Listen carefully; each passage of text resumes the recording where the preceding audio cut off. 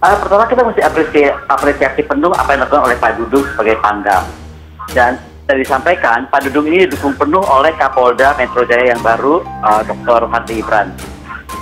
Jadi begini, harus dipahami bahwa TNI itu punya Undang-Undang 34 tahun 2002 kalau saya salah, Undang-Undang 34. Di pasal 10 itu dinyatakan bahwa kalau sampai ada yang menyatakan, aduh ini seolah-olah difungsi, saya heran deh.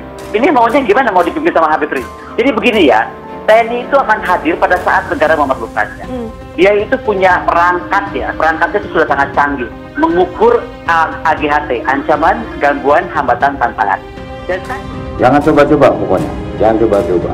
Kalau perlu FPI bubarkan aja itu. Kalau coba-coba dengan TNI, mari. Dan sekali lagi saya mendukung kalau Pangdam memang bilang FPI itu harus dibubarkan, kalau memang nggak bagus buat bangsa ini, kenapa juga dipertahankan gitu. Pernyataan Panglima TNI itu sudah jelas. Ada hal-hal yang mengancam persatuan bangsa ini. Makanya Panglima mengumpulkan pasukannya dan juga menyatakan dengan tegas tentang pesannya untuk jadi yang mau coba dikirimkan jelas oleh Panglima adalah dinyatakan oleh Panglima, jangan bermain-main dengan negara kesatuan Republik Indonesia, jangan bermain-main menjual apapun yang tidak untuk kepentingan nasional Indonesia, dan jangan main-main tentang persatuan-kesatuan. Dan sekarang kalau memang dia betul-betul ulama dan imam yang betul, bukan imam abal-abal, kontrol dong umatnya. Mengontrol umat saja nggak mampu gitu loh.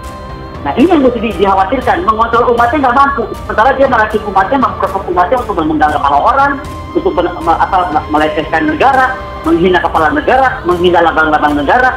Gitu.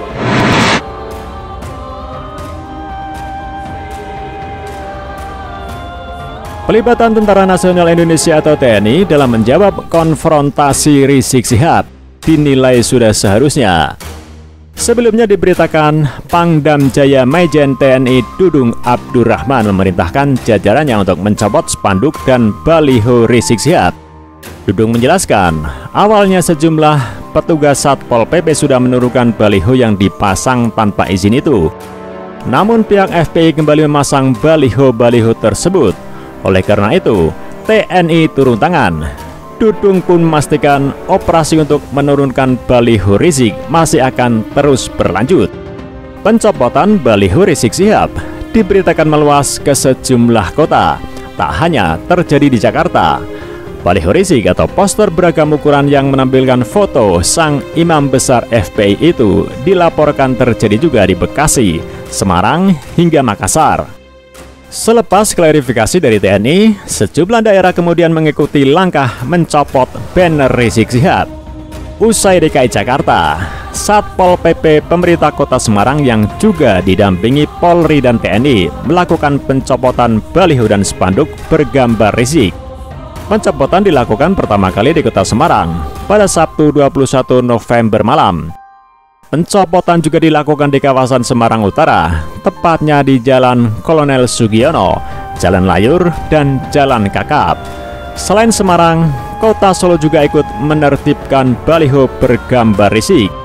Tak hanya Solo dan Semarang, Makassar hingga Palembang juga diketahui ikut menertibkan baliho setelah Dudung menyatakan bahwa instruksi tersebut merupakan perintah dirinya.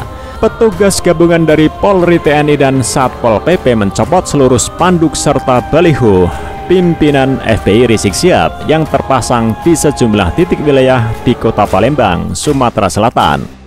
Penertiban baliho dan spanduk tersebut berlangsung pada Jumat 20 November 2020 malam di Jalan Ahmad Yani, Kelurahan 8 Ulur, Kecamatan Seberang Ulu 1, Jalan Datuk M. Akib, Kelurahan 24 Ilir, Kecamatan Ilir Barat 1, dan Jalan Sayakirti RT 035, Kelurahan Karanganyar, Kecamatan Gandus, Palembang.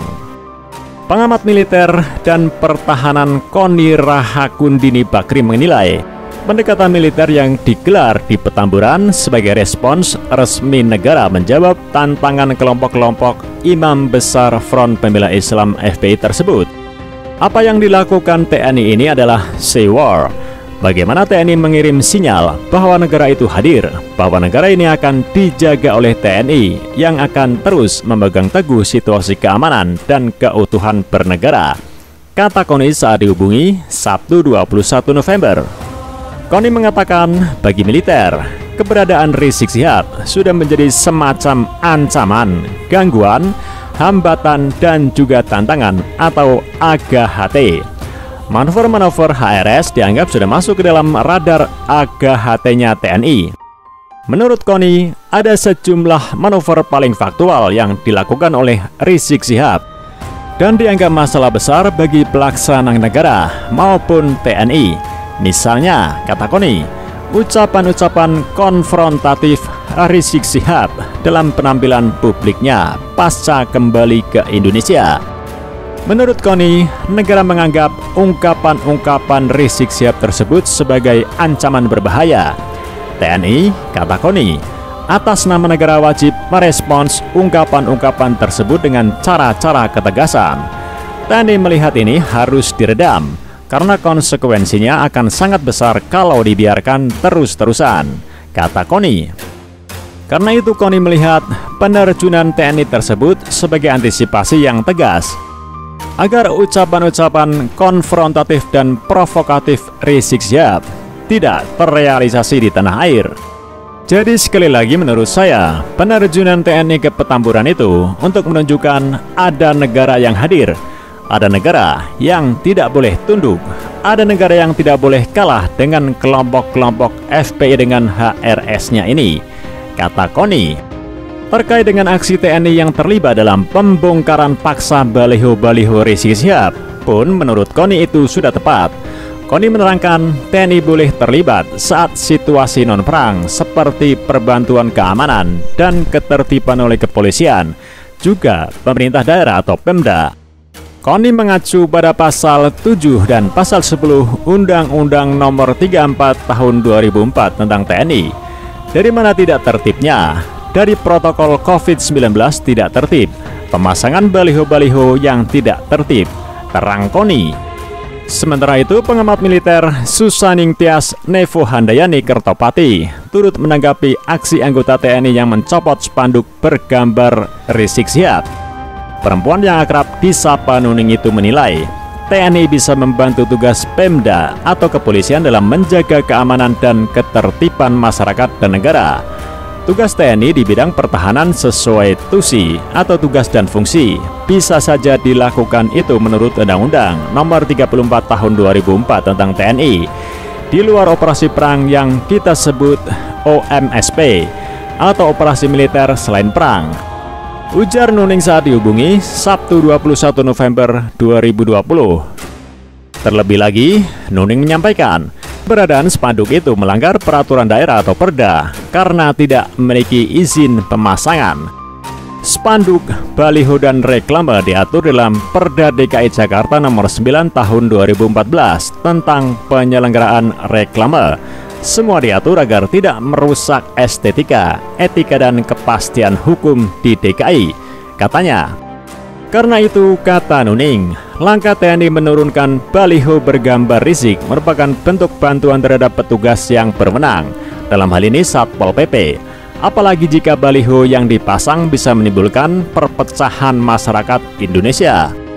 Hal ini merupakan kerangka penegakan hukum. Harus dikatakan dengan pasti negara tidak boleh kalah oleh siapapun yang melanggar hukum, katanya.